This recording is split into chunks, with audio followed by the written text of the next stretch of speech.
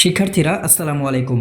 আমরা আজকে তোমার 13 অধ্যায়ের বাংলাদেশের প্রাকৃতিক সম্পদ নিয়ে আলোচনা করব। অনুশীলনী সমাধান করব আমরা আজকে। তো অনুশীলনীর প্রথমেই রয়েছে ক নম্বরের সঠিক উত্তরের পাশে টিক চিহ্ন দাও। তো এখানে কয়েকটি প্রশ্ন দেওয়া আছে, সেগুলো টিক চিহ্ন দেওয়ার কথা বলা হয়েছে। 1 নম্বর প্রশ্নটি হচ্ছে, রান্নার কাজে জ্বালানি হিসেবে ব্যবহৃত গ্যাস কোন ধরনের সম্পদ? এটি হচ্ছে খ নম্বর খনিজ সম্পদ। 2 নম্বরে বলা হয়েছে কোন গাছটির সব কয়টি বনজ সম্পদ? এখানে সঠিক উত্তর হচ্ছে গ, মোম, মধু ও সুন্দরী। এবং 3 নম্বরে বলা হয়েছে সমুদ্র সম্পদ ব্যবহারের সর্বোত্তম উপায় হচ্ছে ক, সঠিক উপায়ে সম্পদ আহরণ। এটি হবে সঠিক উপায়ে সম্পদ আহরণ, ক নম্বর। এবারে খ, সঠিক শব্দ বসিয়ে শূন্যস্থান পূরণ। আমরা এটার অ্যান্সার করব। 1 নম্বরে বলেছে গ্যাস বাংলাদেশের প্রধান ড্যাশ সম্পদ। এখানে হবে খনিজ। গ্যাস বাংলাদেশের প্রধান খনিজ সম্পদ। 2 নম্বরে বলা হয়েছে আসবাবপত্র তৈরিতে ব্যবহৃত কাঠ ড্যাশ সম্পদের অন্তর্ভুক্ত। তো এটি হবে বনজ। এটি কি হবে? বনজ। 3 নম্বরে কম খরচে বিদ্যুৎ উৎপাদনে ড্যাশ ব্যবহার করা হয়। সঠিক উত্তর হচ্ছে পানি ব্যবহার করা হয়। তো এবার আমরা গ নম্বর সত্য হলে তার পাশে স ও মিথ্যা হলে তার পাশে মি রেখো, আমরা এটা পূরণ করব। তো 1 নম্বর বলেছে নদ নদী সমুদ্র সম্পদের অন্তর্ভুক্ত। নদ নদী কি সমুদ্র সম্পদের অন্তর্ভুক্ত? এটি মিথ্যা হবে, এটি হবে মি, কারণ নদ নদী সমুদ্র সম্পদের অন্তর্ভুক্ত নয়, এটি পানিজ সম্পদ। 2 নম্বরে হচ্ছে বাংলাদেশের খনিজ সম্পদের মধ্যে কয়লা প্রাকৃতিক গ্যাস উল্লেখযোগ্য। এটি কি সত্য? হ্যাঁ সত্য, তাই এটি হবে 3 নম্বরে লবণ ও মাছ বাংলাদেশের গুরুত্বপূর্ণ সামগ্রিক সম্পদ। এটি হবে 2, কারণ এটি সত্য। এবার আমরা সংক্ষিপ্ত প্রশ্নের উত্তর করব। তো সংক্ষিপ্ত প্রশ্নের 1 নম্বরে বলা হয়েছে প্রাকৃতিক গ্যাস কী কী কাজে ব্যবহার করা হয়?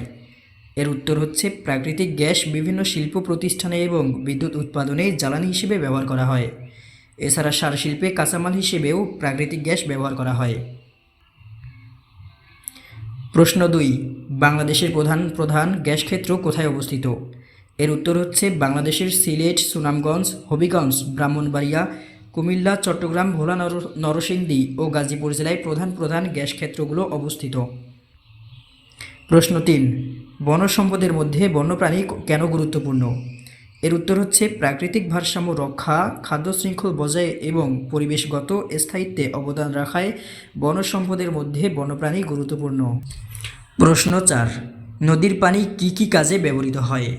এর উত্তর হচ্ছে গৃহস্থালী কাজে, শিল্প ও বিদ্যুৎ উৎপাদনে নদীর পানি ব্যবহৃত হয়।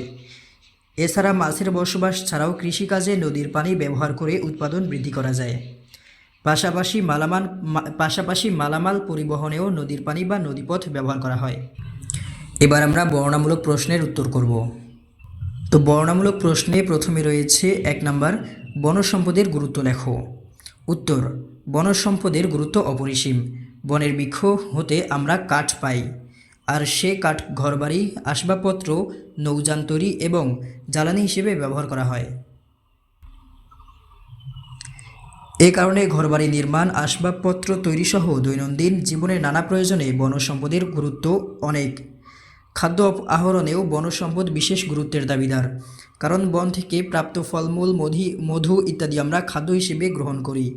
বনজ সম্পদ বিভিন্ন শিল্পের কাঁচামাল হিসেবেও ব্যবহার হয়। এছাড়াও বন্যপ্রাণী আবাসস্থল এবং প্রকৃতির ভারসাম্য রক্ষায়ও বনভূমি তথা বনজ সম্পদ গুরুত্বপূর্ণ ভূমিকা রাখে। প্রশ্ন 2, আমাদের দেশে প্রাকৃতিক সম্পদের তুলনায় জনসংখ্যা অনেক বেশি হওয়ায় এসব সম্পদ অনেক তাড়াতাড়ি শেষ হয়ে যাচ্ছে, যা ভবিষ্যতে বড় ধরনের বিপর্যয়ের সৃষ্টি করবে। এজন্য প্রাকৃতিক সম্পদ সংরক্ষণে নানা ধরনের উপায় অবলম্বন করতে হবে। এসব উপায়ে এর মধ্যে রয়েছে 1, প্রাকৃতিক সম্পদের পরিকল্পিত আহরণ নিশ্চিত করা। 2, প্রাকৃতিক সম্পদের সাশ্রয়ী ব্যবহারে অভ্যস্ত হওয়া। 3, পরিকল্পিতভাবে নগরায়ন ও শিল্পায়ন করা, যাতে এগুলোর কারণে প্রাকৃতিক সম্পদ ধ্বংস না হয়। এবং 4, প্রাকৃতিক সম্পদ সংরক্ষণের বিষয়ে জনসচেতনতা বৃদ্ধিমূলক কর্মসূচি পরিচালনা করা। শিক্ষার্থীরা, এই ছিল আজকের 13 অধ্যায়ের বাংলাদেশ প্রাকৃতিক সম্পদ এই অধ্যায়ের অনুশীলনীর কাজ। তো আমাদের পরবর্তী ভিডিওগুলি দেখার আমন্ত্রণ রইল। আসসালামু আলাইকুম।